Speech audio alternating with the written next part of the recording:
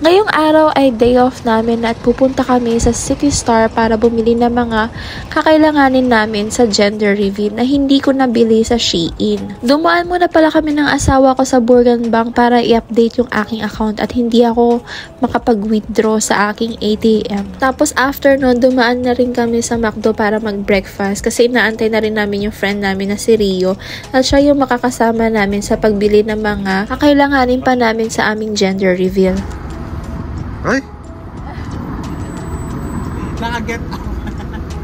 Siya din kasi yung pinagkatiwalaan namin na magsusurprise sa amin sa aming party.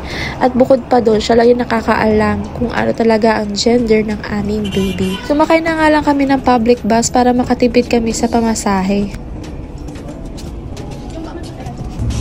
Ay.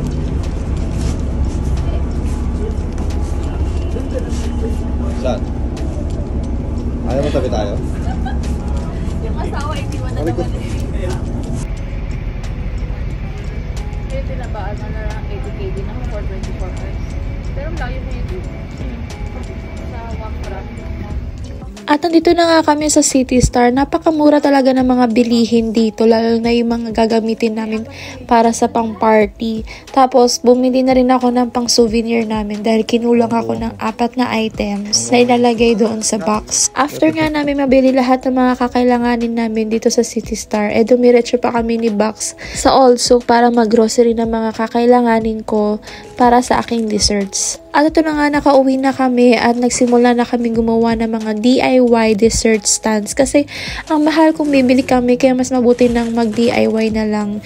Total may YouTube naman, madali lang naman siyang intindihin. Kaya ayun. Ito palang foil na ginagamit ng asawa ko ay pang kitchen wallpaper siya na meron na rin siyang kasamang sticker kaya madali na lang siyang idikit. Tapos yung karton, inuwi lang niya yan galing sa work niya kasi sabi ko, gagawa na lang ako ng dessert stand instead na bumili kami. Kasi kung bibili kami, mga nasa 8KD, ganyan.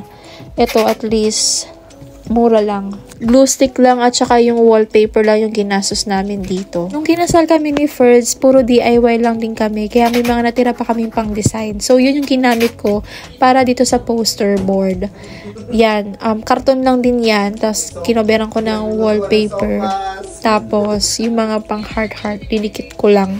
Yan yung mga natira namin na pang design ng kasal namin. Tapos, ito naman yung cake pops stand. So, yan. Binutasan ko lang yung gamit yung pinakamanipis na pako. Take note lang guys, kung gagawa kayo nito, make sure nyo na malalim yung pagkakabutas nyo kasi kapag mababaw lang, ang mangyayari niyan, yung cake pop nyo, tutumba-tumba siya. Kasi, syempre, pag gumawa na kayo ng cake dough, medyo mabigat yon.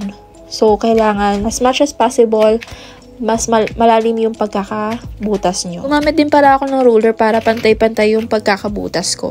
50 pieces pala ng lollipop sticks yung pwedeng magkasya dito sa nagawa ko. Ito na rin yung ginamit kong stand nung gumagawa ko ng cake pops kasi hindi mo siya pwedeng ilagay sa plato or sa baso habang pinapalamig mo yung chocolate niya kasi may instances na tatanggal yung chocolate or didikit siya dun sa plato kapag dun mo siya pinatuyo. Pasensya na guys kung hinihingal ako, ganito talaga yata pag buntis.